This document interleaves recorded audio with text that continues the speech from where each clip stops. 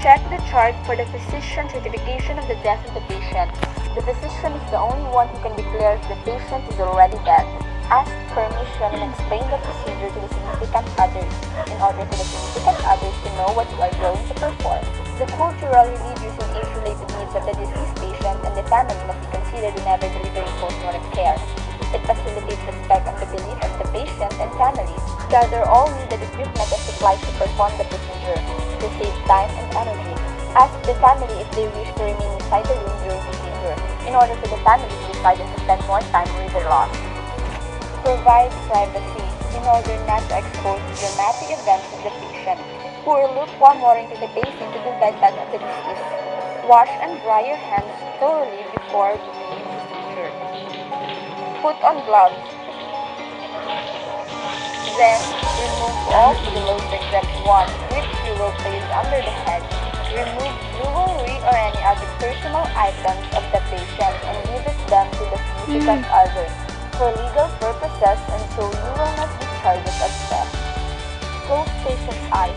Put on dentures if any, then close the patient's mouth.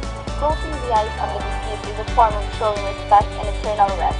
Remove all equipment, tubes, eyelines, catheters, supplies, and vaseline according to hospital protocol. Deep wash cloth in basin with lukewarm water. Then wrap it around your hands to form a knitted. Using a circular stroke, wet patient's forehead, eyes, cheeks, nose, mouth, and ears. Using the same technique, soak the areas mentioned. Then wash with lukewarm water, still using the same technique. Start from the least contaminated area to the most contaminated area. Get cotton balls and put them on patient's closed eyes, in the nails, and in the outer ear.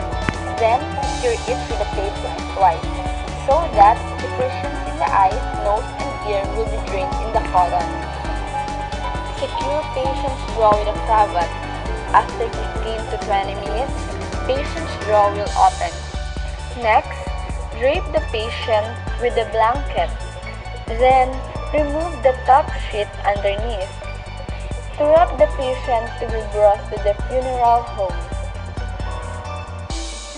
Remove patient's clothes carefully as to not expose anybody's part. You have to provide privacy and respect.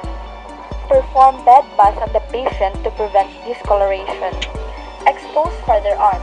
Perform step number 12 on waist body part.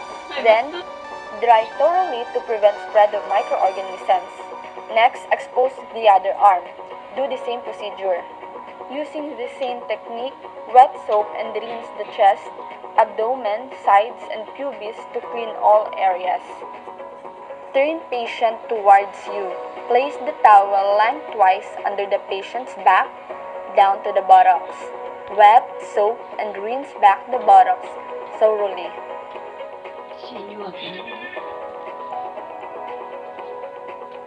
Expose patient's farther leg. Place towel under it.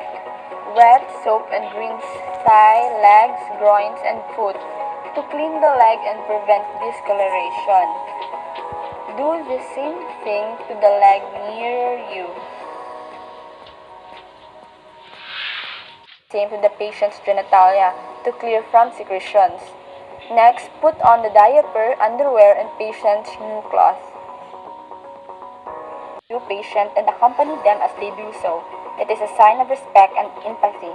Encourage the family to say goodbye. Do not rush this process. Apply name tags on the foot and on the hand. And to the shroud.